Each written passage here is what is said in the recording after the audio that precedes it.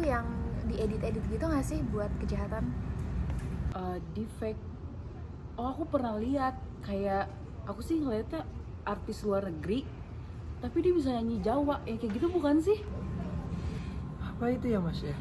Aku juga baru dengar sih. Itu kejahatan yang menggunakan AI untuk memanipulasi video atau audio orang. Sebenarnya itu gabungan dari beberapa source, tapi digabungin jadi satu yang sebenarnya itu bukan aslinya gitu. Sebagian ada yang sudah paham, tapi ternyata sebagian lagi belum paham nih soal kejahatan deepfake. Oke, kita bahas ya sepintas. Deepfake adalah teknologi manipulasi video dan audio yang menggunakan artificial intelligence alias kecerdasan buatan untuk menciptakan konten yang membuat orang terlihat atau terdengar melakukan hal-hal yang sebenarnya tidak dilakukan. Teknologi ini sudah muncul sejak tahun 2017 dan terus berkembang dengan kemampuan yang semakin canggih dalam mengubah wajah dan suara seseorang di dalam video. Semula tren ini ada di luar negeri, tapi belakangan banyak juga nih beredar di Indonesia. Sampai-sampai suara Presiden Jokowi sempat juga dimanipulasi seolah-olah lagi menyanyikan sebuah lagu tertentu. Sepintas, keren juga ya. Tapi kira-kira bahaya nggak sih? Ya jelas bahaya lah. Yang udah-udah manipulasi identitas menggunakan teknologi ini digunakan untuk penipuan. Menurut studi, dari tahun 2017 sampai 2019, penipuan deepfake meningkat lebih dari 900%. Dan di tahun 2020, kerugian global berbasis AI dilaporkan mencapai lebih dari 250 juta US dollar. Waduh, ngeri juga ya. So, what should we do? Ya, what should we do? Ini pertanyaan yang ada di benak saya saat ini dan saya yakin teman-teman juga bertanya dan penasaran. Memang kalau kita ngomongin soal kecanggihan teknologi pasti ada dampak positifnya, tapi juga dampak negatifnya ini tidak bisa terhindarkan. Seperti deepfake ini. Nah, kita akan bahas seberapa mengkhawatirkannya deepfake ini dan bagaimana sih cara kita memproteksinya gitu ya. Bersama dengan narasumber saya yang sudah hadir di depan saya. Di sebelah saya ini ada Pak Niki Luhur, founder dan CEO Grup Vida, PT Indonesia Digital Identity. Pak Niki, terima kasih sudah bergabung. Sama-sama, terima kasih. Oke, Pak Niki, kita akan langsung ngobrol. Kalau tadi kita udah lihat dari VT gitu ya Pak, ngomongin soal deepfake, Ya. ini seberapa mengkhawatirkannya sih Pak Niki? Sebenarnya awal-awalnya mungkin deepfake-nya kita sudah bisa pernah lihat di Oke. dunia sosmed. Pak Niki, sorry, boleh mungkin dideketin lagi mic-nya Pak Oh. Niki? Oke, agak kejauhan suaranya sih. Kejauhan ya? Oke. Oke. Gimana Pak Niki? Ini ya. Yes. Ya mungkin di awalnya kita ada banyak filter-filter di sosmed yang lumayan lucu ya. Kita bisa lihat augmented reality itu salah satu teknologi yang sering dipakai mungkin buat bikin ya filter yang jadi lebih cantik atau jadi binatang atau apa. Tapi sebenarnya teknologi yang sama sekarang udah jauh lebih keren dan jauh lebih powerful ya. Dan sekarang teknologinya bisa sampai level deepfake. Nah, artinya pakai banyak algoritma AI agar kita benar-benar bisa mengimpersonasi orang lain dengan cara yang bukan hanya secara dalam satu foto dari sisi audionya, tapi video, bahkan sampai level audio pun. Ini suara saya bisa berubah untuk jadi orang lain.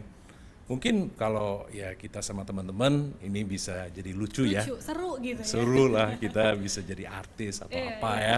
Ya jadinya kita mungkin hobi-hobi yang ya kita bisa ketawa-ketawa bersama. Tapi kalau di dunia keuangan itu sih yang jadi agak concern ya, agak bahaya karena bagaimana nanti apakah orang lain yang bisa impersonasi bisa jadi saya dan bisa mengambil data saya dan bisa mempresentasikan bahwa mungkin di dunia online dia adalah saya dan akhirnya bisa punya akses ke misalnya rekening bank saya dan ada penipuan-penipuan yang seperti itu yang sebenarnya bukan teori tapi sudah terjadi. Sudah terjadi. Nah, itu yang kita dari sisi Vida coba membangun beberapa solusi untuk mengamankan industri keuangan, mengamankan banyak proses online karena tidak mungkin kita udah nggak online lagi ya, pasti dalam ya konteks hari ini sehari-hari, haruslah kita bisa punya kenyamanan pakai mobile buat akses jasa keuangan, dan bahkan ke depan harapan saya ya mudah-mudahan ke depan sampai ke level ke industri lain, misalnya jasa kesehatan, Oke. ya kan. Nah itu hal-hal yang jangan sampai saya harus bawa dokumen-dokumen fisik ya untuk bisa membuktikan ini saya loh, ya kan. Misalnya kalau saya ke bank, masa saya harus bawa passbook ya, itu udah jadi ya menurut saya mungkin praktek yang mudah-mudahan bisa cari solusi yang lebih terupdate ya. Oke. Tapi kalau misalkan kita melihat ke keseharian kita sekarang gitu ya, Pak, kan kita butuh awareness juga nih. Apa sih yang bisa dilakukan oleh pelaku deepfake? Seberbahaya apa, Pak? Sejauh mana? Sekarang yang mungkin ya dengan teknologi membangun secara pesat, khususnya dengan banyak tools AI sekarang, sebenarnya ancamannya jadi sangat real ya hari ini. Karena ada banyak tools yang mungkin dulu di sosmed untuk jadi lebih tua atau jadi itu mungkin awal-awalnya jadi hal yang lucu.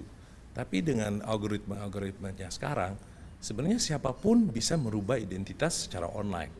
Jadi ada tools di online, bahkan ada beberapa software yang open source pun yang bisa diakses oleh siapapun untuk bisa manipulasi foto dan videonya untuk ditiru dengan orang lain.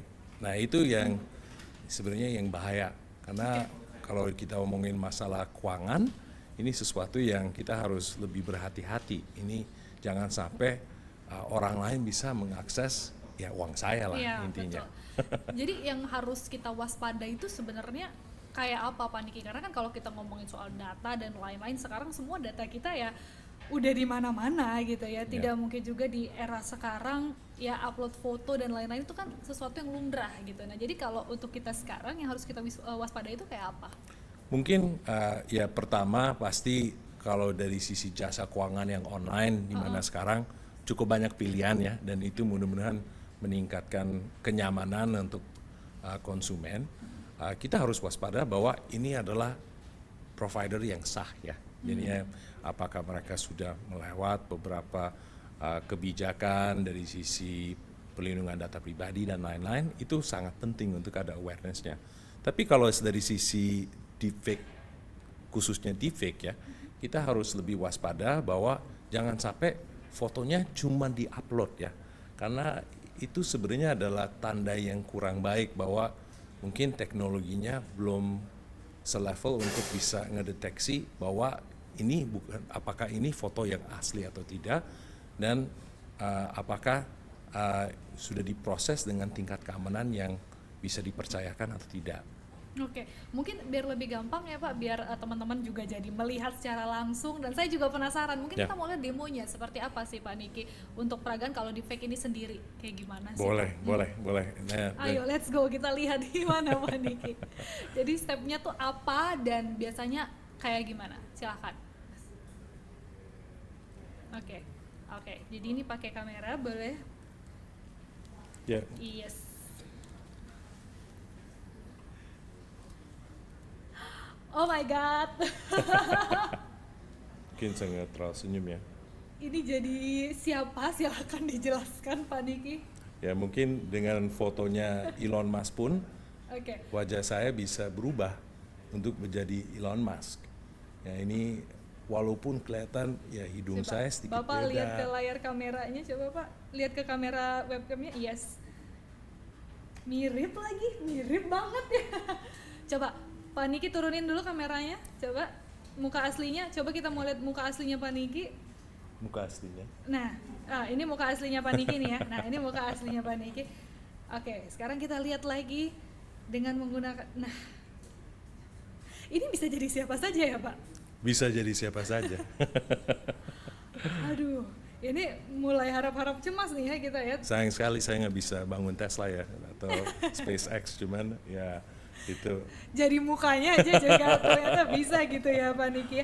Tapi kalau untuk kita ngomongin soal deepfake ini sendiri dengan Pak Niki bisa jadi Elon Musk atau jadi siapa, sebagai kita mungkin orang awam gitu ya Pak, kita gimana sih kita harus menyadari, mungkin ada ciri-ciri khusus nggak kalau oh sekarang saya lagi jadi ini nih, jadi korban deepfake gitu? Mungkin lebih kepada dari sisi teknologinya bisa ngedeteksi sebenarnya apakah mungkin dari awal dari sisi wajahnya sendiri, cara blendingnya, apakah itu semua benar-benar kelihatan halus atau palsu. Ada juga kalau misalnya fotonya apakah ini benar-benar dari wajah yang asli atau dari layar. Nah itu ada beberapa teknik-teknik pakai AI untuk bisa ngedeteksi juga. Jadi intinya AI bisa lawan AI juga lah. Lawannya AI lawan AI ya.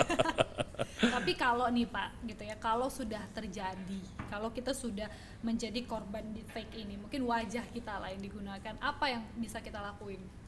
Ya mungkin yang pertama pasti untuk memastikan ya di depan bahwa jasa keuangannya atau jasa siapanya menggunakan teknologi yang bagus dan mereka sah dan sudah comply dengan masing-masing regulator ya. Itu mungkin titik pertama. Tapi kedua, kalau ada masalah memang harus diangkat karena di masing-masing misalnya para regulator di keuangan dari OJK, dari BI, dia juga punya divisi khusus untuk perlindungan konsumen. Ini itu sebenarnya ya salah satu cara untuk memastikan masalahnya bisa ditanggap dengan cara yang serius ya. Oke, tapi kalau ini kita ngomongin tadi soal keuangan dan lain-lain, tapi mungkin as a personal gitu ya Pak, misalkan saya atau banyak misalkan selebgram atau influencer atau apa gitu kan, banyak juga kasus yang mungkin wajahnya digunakan untuk mempromosikan sebuah produk padahal dia nggak pakai produk itu gitu ya. Nah, apa sih yang bisa mereka lakukan gitu? Apakah memang kan sekarang banyak juga nih yang pakai watermark di fotonya atau di videonya, itu bisa menghindari dari penyalahgunaan deepfake ini atau justru nggak bisa juga, sama aja? Sebenarnya watermark pun bisa dihapus. Ya, jadinya mungkin tekniknya harus sedikit lebih harus cari solusi yang dimana di depan teknologinya dari VIDA kita mengenkripsi datanya dari awal. Jadinya untuk bisa membuktikan dua hal, bahwa satu, datanya belum digandakan, dan dua, benar-benar asli dari siapa. Ya, itu beberapa hal yang kami menggunakan teknologi enkripsi untuk bisa memastikan misalnya kalau kita tanda tangan dokumen, siapa yang tanda tangan dokumennya, dan itu ditanda tangan pada tanggal dan jam berapa, dan juga untuk memastikan jangan sampai angka atau hurufnya atau apapun di dalam dokumennya digandakan. Ya. Jadi apakah itu sertifikat tanah atau sampai bisa itu banyak hal, itu sebenarnya ada tekniknya untuk mengamankan semua data-data digital. Nah itu adalah mungkin teknik di depan. Mungkin kalau secara untuk content creator ya, itu ada teknologi namanya Digital Rights Management, DRM, itu juga bisa digunakan untuk memproteksi semua digital rights. Nah itu hal-hal yang sebenarnya sudah ada dari cukup lama ya. Nah ini beberapa hal yang bisa digunakan untuk memastikan ya kita bisa membuktikan ini barang asli atau produk asli yang produk walaupun produk digital ya. Oke, jadi ya teknologi tadi juga untuk melindunginya gitu ya Pak ya. Jadi ya kalau seperti kita ngomongin virus ya harus ada antivirusnya gitu ya. Sama seperti deepfake dan lain-lain ini harus ada shieldnya juga. Harus ada pelindungnya lagi gitu. Harus ada. Harus ada gitu ya. Oke, menarik ya. Tapi Pak, sebenarnya sejauh ini dari semua kejahatan deepfake yang sudah terjadi gitu, biasanya kalau kita lihat motif pelaku tuh apa sih Pak? Apakah memang berhubungan sama keuangan saja atau seperti apa? Ujung-ujungnya ya bisnis fraud pasti ada, itu bisnis juga. Jadinya ujung-ujungnya harus ada duit. Ujung duit, Ujung-ujungnya harus ada duit. Jadinya rata-rata memang dampaknya ke keuangan, tapi kalau misalnya di dunia e-commerce, banyak promo dan lain-lain, pasti ada kasus-kasusnya. Dan di luar itu, di dunia kesehatan juga, Kadang-kadang misalnya dengan asuransi, itu sudah ada banyak kasus-kasus juga, mungkin klaim asuransi yang tidak sah ya. Itu hal-hal yang ada banyak trik lah, tapi ujung-ujungnya ada kerugian keuangan. Oke, intinya ya keuangan begitu ya Pak. Akhirnya adalah ya kerugiannya ke keuangan itu tadi ya. Ya karena yang mungkin yang paling dikenal sekarang masalah-masalah ada uang yang online ya, atau account online yang terkompromi karena ada social engineering atau phishing. Intinya ada orang yang salah kasih OTP karena salah percaya sama orang yang telepon. Nah itu beberapa hal yang intinya uangnya kesedot ya sama penipu-penipu. Nah itu adalah beberapa teknik, ya harus waspada, jangan sharing OTP. Cuman ya mudah-mudahan dari sisi VIDA kita bisa juga menginspirasi untuk industri untuk bergerak bersama untuk meningkatkan standar keamanan siber, di mana dari sisi nasabah pun tidak perlu ada OTP sama sekali.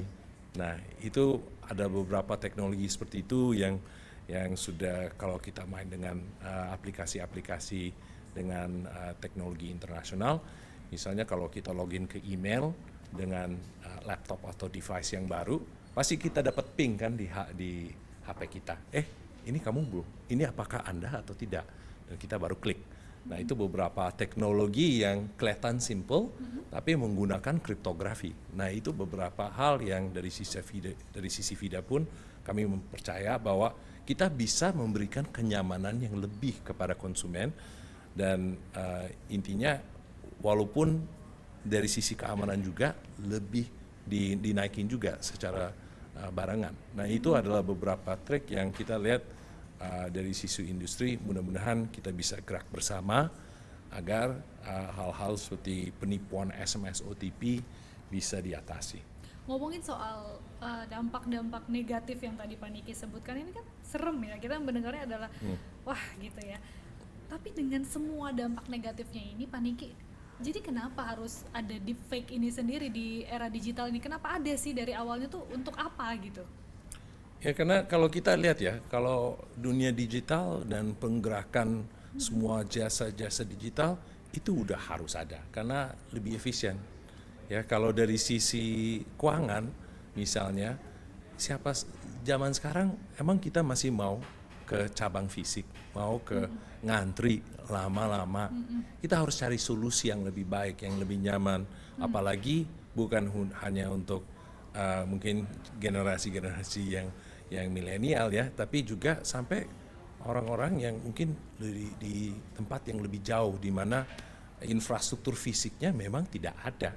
Nah itu beberapa hal yang kami percaya teknologi bisa memperluas akses ya, akses keuangan, akses kesehatan, dan memberikan solusi yang bisa punya dampak sosial yang sangat positif. Jadi ya kita memang harus embrace ya digital technology dan digital transformation. Tapi kita juga harus bahwa kita juga harus ngeh bahwa ada isu-isu dan ada ancaman yang baru. Di mana kalau kita ya bangun rumah, pasti kita walaupun di dalamnya kita mau layarnya seperti apa, mau canggih, pagarnya juga harus ada kan. Nah itu walaupun detail kecil ya, dan kadang pagarnya bisa kuat, gemboknya pakai apa. Nah itu hal kadang yang bukan hal-hal yang kita mau planning di depan kalau waktu kita mau bangun rumah, tapi ya untuk memastikan kita tetap aman dan nyaman dan bisa merasa keluarga kita aman, itu sesuatu yang penting. Makanya kita harus cari kan, dan tidak mungkin kita bangun rumahnya sendiri. Kita harus cari kontraktor yang bisa dipercaya dan lain-lain.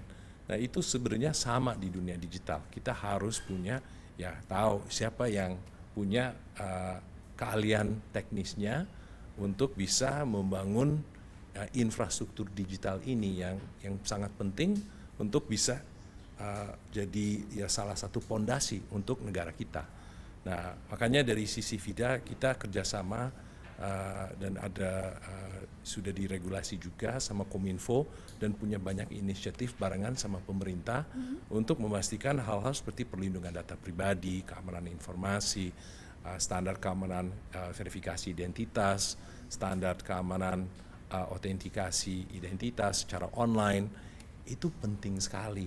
Oke. Berhubung Pak Niki menyinggung soal tadi Kominfo gitu ya, tapi kalau kita ngomongin soal di Indonesia ini sendiri, Pak Niki udah ada belum sih undang-undang gitu ya, atau hukum yang mengatur terkait dengan deepfake ini sendiri? Nah mungkin dijawabnya boleh pakai webcamnya lagi Pak Niki, soalnya biar kita lihat Elon Musk yang jawab gitu ya, biar makin aware gitu.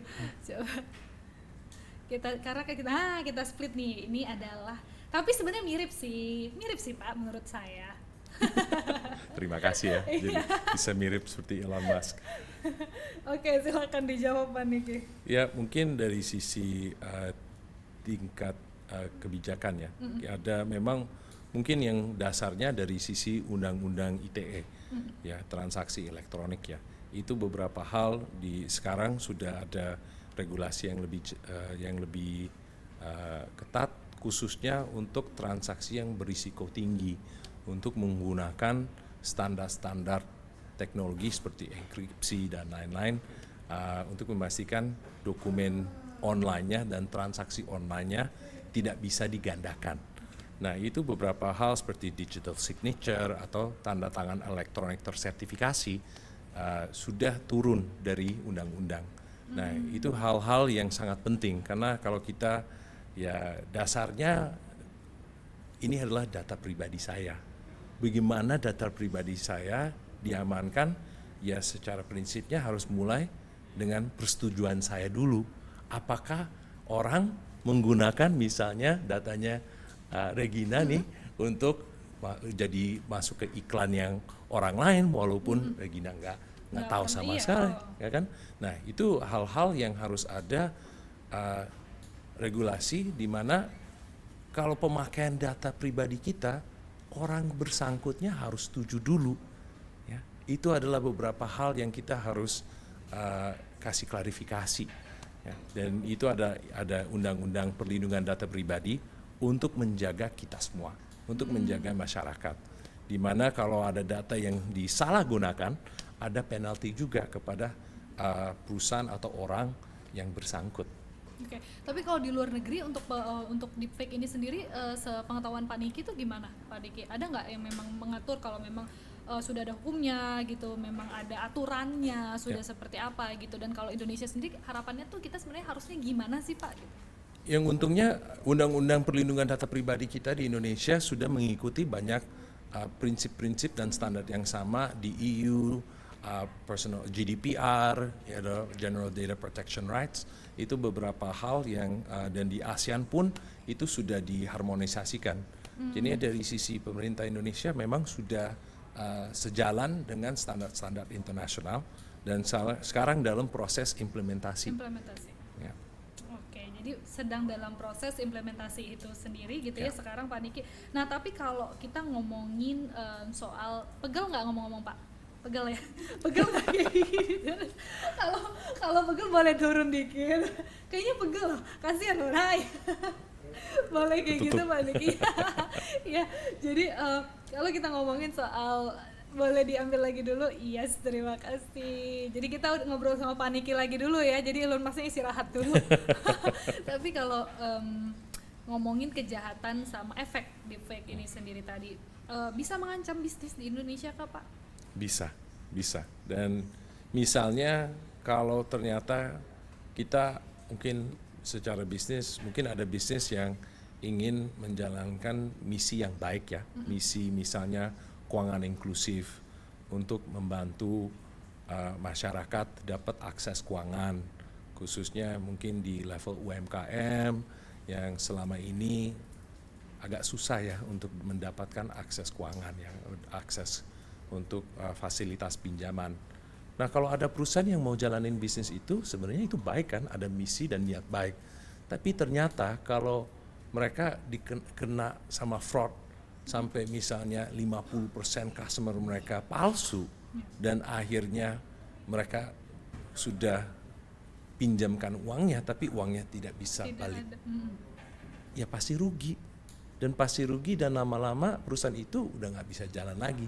Dan sayang sekali, karena niatnya baik, tujuannya baik, dampak sosialnya positif sekali, ya. Tapi karena masalah kerugian dari sisi penipuan ini tidak bisa diatasi, banyak bisnis-bisnis mungkin tidak bisa jalan dengan skala yang baik ya, dengan skala nasional khususnya.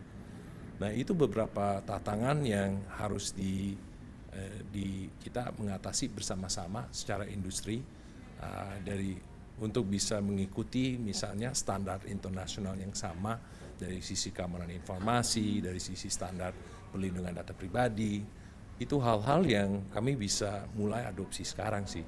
Dan mudah-mudahan dari masyarakat pun bisa lebih proaktif juga untuk waspada dan tahu wah ini pemain-pemain yang mungkin ada prosedur yang baru ini itu yang bisa mungkin jadi kenyamanan yang lebih tinggi walaupun mungkin ada beberapa langkah-langkah tambahan yang lain, tapi kita ujung-ujungnya bisa merasa aman lah. Tapi kalau dari Vida sendiri, Pak Niki, apa sih yang Vida siapin untuk mengatasi kasusnya deepfake ini sendiri? Ya, dari sisi Vida kita sudah launching namanya Deepfake Shield. Ya. Deepfake Shield ini semacam liveness detection atau untuk bisa ngedeteksi apakah ini adalah orang yang beneran atau misalnya layar atau topeng dan lain-lain. 100 akurat bener bisa kita langsung lihat. Sudah akurat dan kita berani ngomong lebih akurat dibanding misalnya eyeballing pakai kita sendiri ya. Okay. Nah itu yang tingkat akurasinya sudah cukup tinggi. Pasti tidak adanya namanya 100% ya. Cuman kita percaya bahwa ini sudah bisa langsung ngebantu semua digital business untuk menjalan dengan tingkat kepercayaan yang lebih tinggi dan memastikan bahwa masalah-masalah fraud sebenarnya bisa diatasi walaupun tetap harus ambil ya tetap ada risiko ya, tidak mungkin ada bisnis siapapun yang tidak ada risiko. Nah itu yang kita coba membantu agar ya kalkulatornya nggak salah lah. Oke, kalau kita nih Pak, kita kan sebagai awam ya, kita orang awam yang mungkin nggak begitu paham sama teknologi ini, tapi kita yang ngikut aja lagi rame, kita pakai misalnya aplikasi tersebut atau seperti apa gitu ya, kita gunakan filter A atau filter B, mungkin yang relate sama kehidupan sehari-hari gitu ya. Seberapa bahaya dan memang apa sih yang perlu diwaspadai supaya kita tidak terkena atau kita terhindarlah dari kejahatan-kejahatan di fake ini sendiri? Ya mungkin itu dia, kadang kita lihat apps yang gratis dan lagi keren, ada yang minta datanya, misalnya ada apps yang bisa ngeproyeksi 20 tahun ke depan nanti wajah saya seperti apa ya, lebih banyak uban pasti. Nah itu hal-hal yang mungkin bisa dianggap lucu ya, tapi mungkin lebih baik kalau itu apps-nya free, kita harus juga ngeh bahwa ujung-ujungnya ini semua bisnis loh. Jadinya kalau tidak ada pembayaran dari konsumen, nanti kenapa ya gitu ya, kenapa gratis ya? Kenapa jadi gratis? Juga. Dan pasti ya ujung-ujungnya apakah nanti data pribadi saya akan dipakai untuk kepentingan yang lain. Nah itu yang hal-hal yang kita harus lebih waspada lah. Oke. Jadi jangan karena aduh lucu nih kita pengen lihat kalau kita udah tua ubahannya 50 tahun gimana pakai aplikasi gitu kan diubah, oh ternyata gini, tapi itu gratis dan kita nggak tahu sebenarnya efeknya apa ke kita gitu ya jangka panjangnya gitu kan Mbak Niki ya. Jadi jangan apa ya, kalau sekarang semua ikut-ikutan gitu, harus lebih berhati-hati lagi memangnya untuk teman-teman semua mungkin yang menyaksikan. Nah Pak, kalau kita ngomongin soal tadi kan mungkin kita harus mewaspadai ya hal kecil lah untuk personal, jadi untuk penggunaan aplikasi, filter dan lain-lain yang gratis. Tapi apakah memang selamanya deepfake ini merugikan? Adakah dampak positifnya? Dampak positif mungkin dari sisi deepfake ya.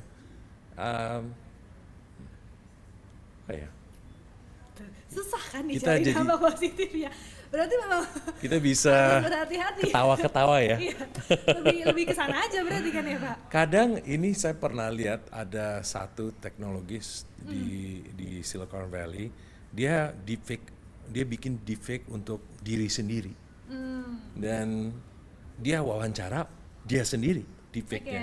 jadi bikin konten lah gitu ya dengan menggunakan deepfake seolah-olah wawancara. Ya mungkin lebih ke situ ya. Dan pernah sebenarnya waktu ditanya kenapa ya, itu lebih untuk self reflection. Wah, ini saya benar-benar cara pemikiran saya seperti apa. Ini mungkin lebih ke arah filsafat ya. Tapi kalau yang positif ya, selama ini selain lucu-lucu di sosmed ya mungkin belum terlalu banyak aplikasinya ya. Iya. Kecuali Tapi ada nggak sih Pak Niki profesi yang memang sebenarnya membutuhkan deepfake ini gitu? kalau kita sebenarnya ingin bisa mengakses atau bisa bicara dalam 20 bahasa yang lain-lain, yang selain yang kita hafal sendiri, sebenarnya pakai deepfake, pakai konsep digital twin, kita sebenarnya bisa bikin dan kelihatannya lancar dan lebih banyak orang mungkin lebih nyaman bisa dengar dengan ya bahasanya sendiri ya. Itu ada beberapa hal yang mungkin ada aplikasi seperti itu. Cuman selama ini mayoritas mungkin karena kita juga di VIDA gerak di bidang keamanan siber, mungkin kita lebih lihat pemakaian deepfake-nya dengan niat yang kurang baik ya. Iya. Jadi ngeliat dari angle-nya kurang baik ya gitu. Karena kita harus melindungi gitu ya kalau dari videonya gitu. Pak, tapi kan ada istilah deepfake fraud. Nah, itu tuh apa sih Pak Niki, boleh jelasin nggak? Sama bahaya nggak? Ya, deepfake fraud yang mungkin tadi kita bisa demo juga bahwa saya bisa jadi Elon Musk. Nah, kalau untuk demonstrasi seperti ini mungkin nggak ada niat baik dan nggak ada dampak yang negatif ya. Ini yang mudah-mudahan lebih untuk bisa mengedukasi. Tapi kalau kita misalnya saya ingin mengakses, saya jadi penipu dan penipunya yang mau akses rekening orang lain, misalnya rekeningnya Regina, nah itu pasti kurang baik ya caranya. Nah itu hal-hal yang kita harus hindari dan waspada. Tapi ya harus ada gerakan bersama dengan industri. Oke, tapi saya penasaran juga Pak Niki, gimana sih cara kerja dari VIDA Deepfake Shield ini sendiri? Apa yang dilakukan dari aplikasi ini gitu, ngelihatnya tuh gimana gitu? Jadinya kalau banyak kita ada beberapa klien yang gerak di bidang keuangan misalnya, mereka menggunakan teknologi AI-nya VIDA untuk bisa ngedeteksi dan analisa foto-foto yang mereka analisa dari sisi dokumen identitasnya, dari sisi selfie-nya pun. Dengan teknologi face recognition itu bisa jadi sesuatu yang jauh lebih nyaman ya untuk nasabah, tidak perlu ke cabang, bisa buka rekening secara online. Itu sebenarnya enak, apalagi bisa dapat pinjaman atau apa online, atau kalau mau misalnya sampai di pasar modal, kalau mau investasi, ini semua hal-hal yang bisa jadi jauh lebih nyaman. Nah itu menurut saya baik sekali sih untuk bisa memperluas akses ya. Tapi ataupun di luar keuangan, di dunia kesehatan pun untuk bisa akses rekam medis saya. Nah itu hal-hal yang sangat penting.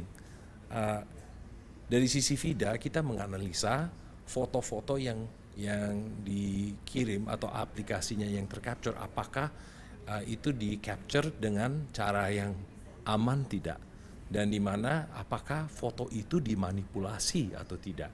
Nah kita pakai banyak teknologi AI juga untuk bisa menganalisa foto-foto apakah ini di tempering, dan ada face swapping, ada morphing, ada beberapa teknik-tekniknya yang kita bisa langsung ngedeteksi.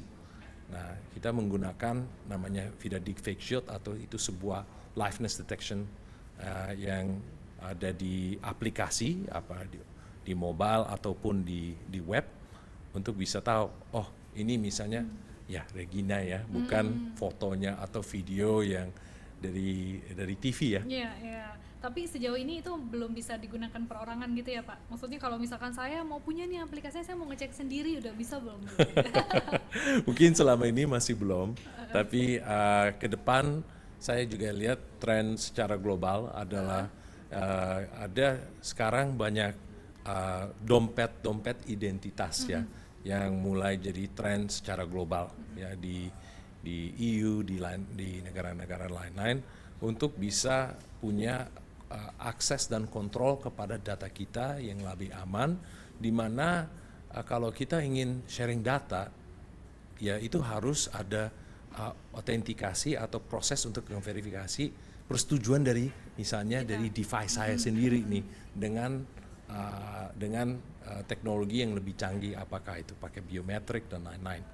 Nah itu hal-hal yang kita lihat ke depan, mudah-mudahan ada tren juga, sekarang ada beberapa tren global untuk membangun dompet identitas, seperti dompet uang elektronik ya. Tapi Nah, dompet identitas gitu. dompet identitas. Yang bisa diakses Identitas ke elektronik. perseorangan gitu Pak? Yang bisa diakses oleh masing-masing personal atau? Mudah-mudahan ya itu akan datang dalam Oke. ya beberapa tahun ke depan. Tapi beberapa tahun. Karena yang paling penting ini hal-hal yang sensitif karena terlibat dengan data pribadi ya. Jadi kita harus ada memastikan bahwa pertama kebijakan dari sisi pemerintah jelas, dan kedua proses untuk mengeluarkan izin, bukan sekedar mengeluarkan izin tapi proses audit, proses transparansi bahwa perusahaan-perusahaan yang gerak di bidang ini punya standar keamanan informasi yang baik, punya standar perlindungan data pribadi yang baik, dan itu hal-hal yang sangat penting untuk memastikan pondasinya jelas di depan, dan jangan sampai datanya misalnya dijual untuk kepentingan yang belum disetujui oleh orang yang bersangkut. Oke, tapi kalau Vida ngelihatnya sendiri, Pak Niki, tapi by the way saya tungguin ya tadi, semoga segera ada aplikasinya karena ini menjawab keresahan kita Pak Niki gitu ya. Jadi kita bisa ada proteksi lah terhadap data diri dan lain-lain dengan canggihnya zaman sekarang. Tapi kalau Vida sendiri ngelihatnya ada ancaman apa sih Pak, yang mungkin setelah deepfake ini akan ada apa lagi sih gitu? Sebenarnya ada banyak solusi-solusi atau banyak ancaman selain deepfake. Deepfake memang masih lagi bertumbuh secara pesat ya. Jadinya deepfake attack masih lagi berkembang secara pesat ya. Bukan ini sesuatu yang udah pernah terjadi. Tapi masih. Justru ini yang kita mudah-mudahan bisa ada gerakan yang lebih masif secara industri untuk bisa mengatasi ini sebelum ada dampak kepada kepercayaan dari sisi konsumen. Kita juga lihat ada masalah-masalah dengan OTP ya OTP ya, di mana banyak nasabah atau banyak konsumen ditipu karena OTP-nya di-sharing ya ke penipu. Nah, dan ujung-ujungnya ya rekening mereka kerampok ya. Nah, itu yang kita juga lihat, ini standar keamanan siber bisa ditingkatkan. Ada teknologi kriptografi yang bisa digunakan, di mana intinya seperti kalau kita login ke email pakai laptop baru atau laptop teman kita, tinggal ada ping aja di HP kita. Oh, ini Anda atau tidak yang mau login nih dari device baru. Nah, sebenarnya teknologi itu sudah ada, dan ini standar-standar ya dalam bahasa industrinya standar autentikasi yang mudah-mudahan bisa ditingkatkan juga. Oke, terakhir mungkin Pak Niki boleh, kalau untuk goals sendiri dari Vida, apa nih goals kedepannya terkait dengan deepfake ataupun juga kejahatan-kejahatan siber lainnya kita? Mungkin visi Vida dari awal adalah untuk membangun ekosistem trust ya, to build a world of trust. Nah itu di mana ini dunia dan ekosistem yang kita bangun secara digital bisa dipercaya, dan bukan hanya dipercaya oleh beberapa orang, tapi oleh semua orang. Nah itu sesuatu yang dari sisi kita bukan hanya dampaknya di industri keuangan atau di industri teknologi, di super apps dan lain-lain, tapi bahkan bisa sampai kesehatan, ya, dan di mana saya juga ke depan mudah-mudahan bisa mengakses rekam medis saya, walaupun saya ke rumah sakit yang lain, ya. Dan data-data itu sangat penting. Jangan kadang saya juga lupa, ya, golongan darah saya apa ya. Dan itu baru golongan darah, bukan alergi dan lain-lain, bukan detail rekam medis saya dari masing-masing dokter. Nah, itu adalah hal-hal yang kami merasa juga sangat penting untuk bisa kita punya akses yang lebih baik. Tapi selain itu, sebelum kita membuka akses, tingkat keamanannya kita harus memastikan dulu. Iya, oke, kita tentunya memang harapan kita bersama gitu ya Pak Niki, untuk kita dan juga mungkin untuk yang nonton teman-teman, bahwasanya memang standar keamanan siber seperti yang Pak Niki sampaikan tadi ini bisa ditingkatkan, maupun pemerintah ataupun juga pihak terkait gitu ya bisa bekerja sama untuk keamanan data diri dari masyarakat Indonesia ini khususnya, supaya apa ya, terhindar dari kejahatan deepfake ataupun juga kejahatan siber lainnya memang masih dan lagi berkembang gitu ya saat ini. Nah, mungkin Pak Niki ada yang mau disampaikan untuk teman-teman yang saat ini sedang menyaksikan gitu ya, apa yang mau disampaikan, mungkin hati-hatinya seperti apa himbauannya gitu ya. Tapi kita sambil mau nyiapin juga nih ada demonya lagi gitu ya, kita mau lihat juga seperti apa. Tapi Pak Niki silakan, ada yang mau disampaikan? Ya, mungkin yang pertama ya, kalau masalah keamanan tolong waspada dulu. Kalau ada yang minta password, minta OTP, minta dokumen identitas, minta wajah, minta data pribadi kita, lebih baik menanya dulu apakah ini tujuannya jelas, dan kalau gratis jasanya apakah benar-benar gratis nih. Nah, jadi kalau kita mungkin harus sedikit lebih curiga ya, lebih curiga itu untuk mengamankan data pribadi kita di dunia online. Ya, itu mungkin yang paling penting ya. Dan kedua, kalau memang kita mau menjalankan transaksi di dunia online, tolong memastikan perusahaannya itu sudah punya izin dari pemerintah, dari regulator yang bersangkut, agar kalau memang kemudian hari ada isu bisa juga diangkat kepada masing-masing regulator untuk ada tindak lanjut yang jelas. Ya, itu sebenarnya dua hal yang mungkin yang paling simple, tapi ke depan mudah-mudahan dari sisi Vida dan teman-teman di industri bisa implementasi solusi yang lebih user friendly juga. Ya, lebih bisa dirasakan dan dinikmati oleh masyarakat gitu ya. Oke, Pak, saya penasaran karena untuk nyobain demonya lagi, tapi mungkin terakhir nih ya sebelum kita tutup podcast kita, ngobrol kita di program spesial hari ini, kita boleh pinjam kameranya lagi. Ini Pak Niki dulu ya, Pak Niki dulu. Oke. Pak Niki, boleh dong Pak Niki pamit. Terima kasih sudah nonton saya di Liputan 6 hari ini. Coba deh Pak. Nah, ini masih ini siapa? Oh iya. Mungkin yang jadi Inglorious. Tiba-tiba ada kumisnya ya Pak. Coba Pak Brad Pitt say bye-bye dulu ke pemirsa Liputan 6. Thank you for watching Liputan 6. Lihat ke kamera Pak. Lihat kamera webcamnya. Iya, senyumnya. Kapan lagi nih saya duduk sebelahan sama Brad Pitt ya. Oke. Kayaknya saya penasaran karena dari tadi Pak Niki terus saya nyoba, saya mau nyobain, boleh ya kali ya? Silakan. Berarti kita tukeran posisi dulu nih Boleh. Pak Niki, karena ini sepertinya nggak sampai. Oke, saya bantu. Nah Pak Niki, yes. Ini saya jadi siapa? Boleh milih nggak? Wow, Taylor Swift. Walaupun, tapi suara saya juga jadi suaranya Taylor Swift ya Pak? Belum. Oh belum ya? Itu perlu pakai aplikasi yang lain. Ini berarti ketahuan dong, tapi ya oleh pemirsa tetap, wah ini Regina, karena Taylor Swift suaranya beda. Oke. Ini gimana kameranya? Nah, emang mirip? Mana sih? Oh gini. Wah, oh gitu. Ini Taylor Swift nih. Kata teman-teman saya di dalam nih, Taylor tukang jahit nih ya. Parah banget emang ya. Oke deh.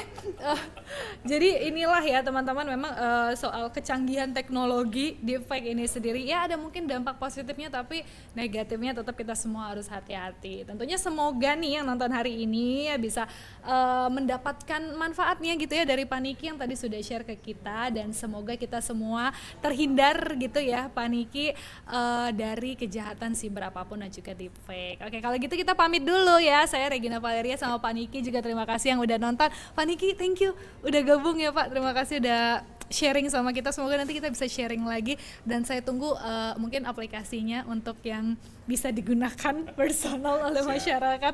Thank you Pak Niki udah datang. Terima kasih semuanya udah nonton. Bye. Oke. Yeay.